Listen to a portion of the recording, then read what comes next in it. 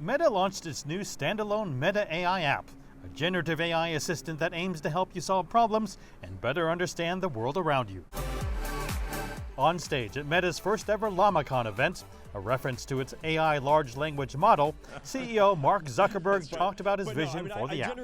I think voice is kind of under indexed today. I mean, my understanding is basically the mix on this is it's today in terms of this type of AI use, it's maybe like 95% text or more, especially as more people get like wearable, like the glasses that I'm wearing, right? It's like you just like throughout the day, I think you're just gonna be talking to AI in kind of all these subtle ways. We heard from the aim of Meta's LlamaCon was to convince more developers to use its latest large language model, Llama 4, which is open source, meaning anyone can use it. All these universities, all these researchers around the world that want to work on AI, they kind of can't use these closed source models. The mood is not great around AI because they feel like, hey, we're kind of like locked out.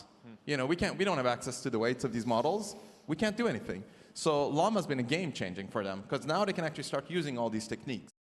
Meta is competing with OpenAI's ChatGPT, which is not open source, something that many analysts believe will be hard to continue. OpenAI tech kind of goes back to the closed source concept, though recently they too have been kind of talking about maybe they need to go to open source.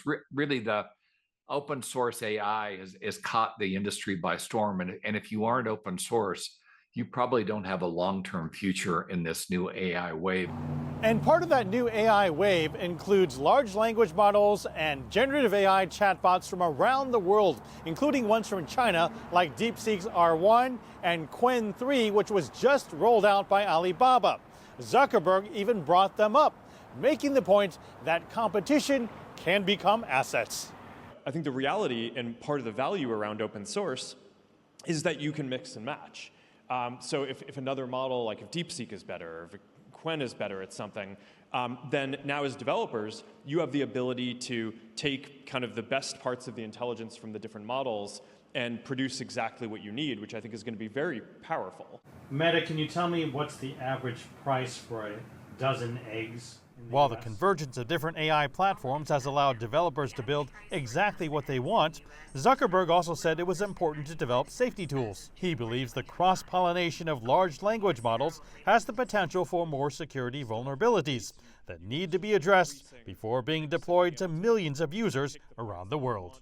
Mark New, CGTN, Palo Alto, California.